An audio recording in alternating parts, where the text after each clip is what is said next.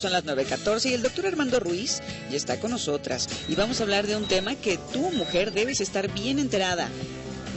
Miomatosis. ¿Lo dije bien, mi pa? Sí. ¡Qué bárbara, Carlita! ¿Cuándo no has dicho algo bien tú?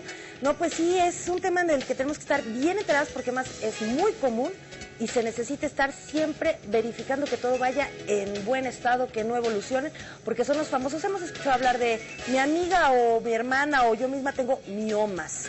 Entonces, mil gracias, doctor, que estás aquí nuevamente, ya te extrañábamos. Muchas gracias por la invitación. Oye, cuéntame que queremos saludar a alguien por ahí, ¿verdad? Sí, me gustaría mandar un saludo a la bella ciudad de Guadalajara, a la doctora Gaby de la Mora, que finalmente fue la que sugirió el tema del día de hoy, ¿no? Un tema muy frecuente para las mujeres, sí, y causa muy importante de consulta ginecológica. Pues Gaby, con nuestro cariño y agradecimiento, muy buena idea. Y cuéntanos, ¿qué es exactamente un mioma para entender primero? Bien, por ahí? Con mucho gusto. La miomatosis uterina, de igual manera se le conoce como leiomiomatosis o fibromatosis, es un tumor o son tumores, y al hablar de tumores de inmediato la paciente se nos asusta porque piensa muchas cosas, piensa cosas feas, y afortunadamente la miomatosis uterina es un tumor benigno en un muy alto porcentaje, de tal manera que es una causa muy frecuente de consulta ginecológica, tal vez quizá inclusive más que cualquier otro padecimiento ginecológico, y quizá inclusive después de la consulta por embarazo, ¿no? ¿Y cómo es que nos damos cuenta como mujeres que tenemos mioma? Obviamente hay que ir a hacer nuestra revisión por lo menos cada año, cada 6 meses, pero ¿cómo hay algún síntoma que nos diga algo anda mal y ups, miomas? Bien, la frecuencia de la aparición de la miomatosis se habla estadísticamente de 1 en cada 4 mujeres, o sea, es relativamente frecuente. Ahora, afortunadamente para estas mujeres que llegan a padecer la miomatosis uterina, aproximadamente solamente el 50% llegarán a padecer sintomatología, es decir, les dará algún problema. De esos problemas, los más frecuentes son trastornos de tipo menstrual. Su menstruación será muy abundante en cantidad o será muy abundante en duración. Si antes duraban, digamos, un promedio de 3, 4, 5 días, quizás ahora tengan toda una semana, 10 días y quizá inclusive de duración, y si tenían una cierta cantidad de su flujo menstrual, pues ahora será muy abundante, digamos una hemorragia. No es la única, es la principal. También pueden llegar a presentar una cosa que se llama dismenorrea, que es el dolor durante la menstruación, cólicos muy intensos, y bueno, en orden de frecuencia y cada vez menos, digamos, puede ser también causa de esterilidad, causa de infertilidad, causa de sensación pélvica, ocupación pélvica, en fin. O sea, lo más recomendable es que en el momento en que se detectan, se tienen que retirar, o igual puedes vivir con ellos, o no, si hay riesgo de que crezca mucho y ya te genere más problemas. Esa es una buena pregunta, y es la pregunta primeramente que nos hace la misma paciente. En el momento que tú le diagnosticas a tu paciente que tiene un problema de miomatosis, la conducta inicial, si es que no tiene sintomatología, es expectante, es decir, tú tienes que mantenerla en vigilancia. ¿Para qué? Para ver finalmente que no estén creciendo, que no estén produciendo síntomas, que no presenten una cosa que se llama degeneración, y finalmente, pues si no se interfiere, por ejemplo, su vida reproductiva, es decir, sus embarazos a futuro. Esa es la idea, que tú primero lo diagnostiques. Entonces, ya lo habíamos platicado en algún momento, lo importante es que la mujer, como cualquier otro paciente, vaya periódicamente a revisión médica.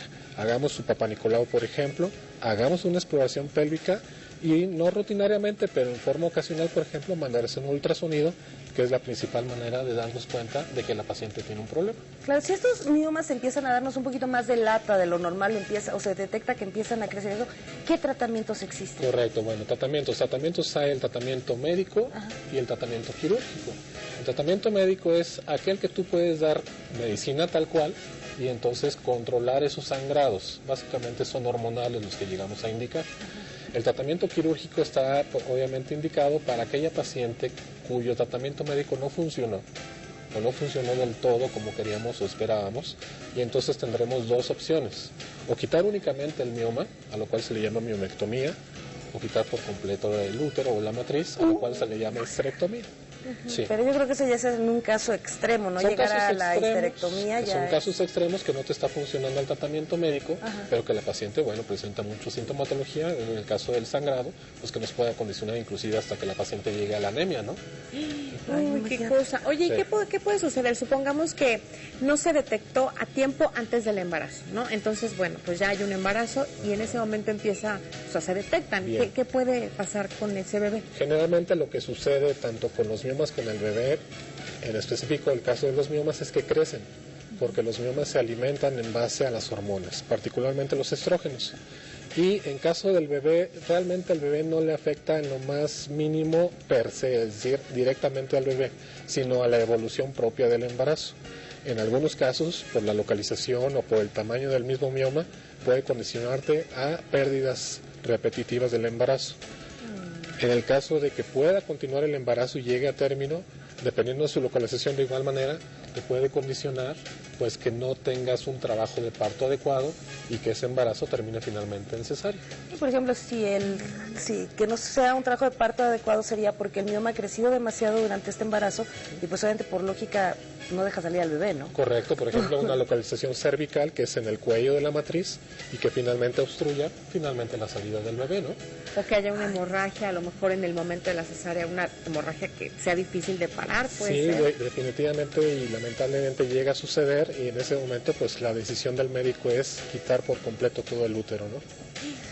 Eso le salva finalmente la vida a la madre. Sí, cuando dicen viene una hemorragia tremenda en el momento y bueno, Sí. si ya nació el bebé, lo más importante es la vida de la madre y que ese bebé tenga mamá para mucho tiempo, ¿no? Es correcto. Y por eso yo creo que como mujer también desde que son adolescentes la recomendación no dejar de ir periódicamente al ginecólogo. Básico y elemental. No Por le tengamos favor. miedo, porque eso nos pasa, de oír primero doctor, oír ginecólogo, y luego ya oír algún padecimiento raro, queremos salir corriendo. Entonces, no, mejor con cuidado, o sea, con precaución, estar yendo a las revisiones, como dice Pau, y con eso podemos salvarnos de muchísimas enfermedades que sí nos pueden generar algún problema mayor, ¿no?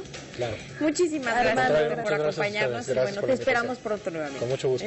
Y vámonos con Carlita.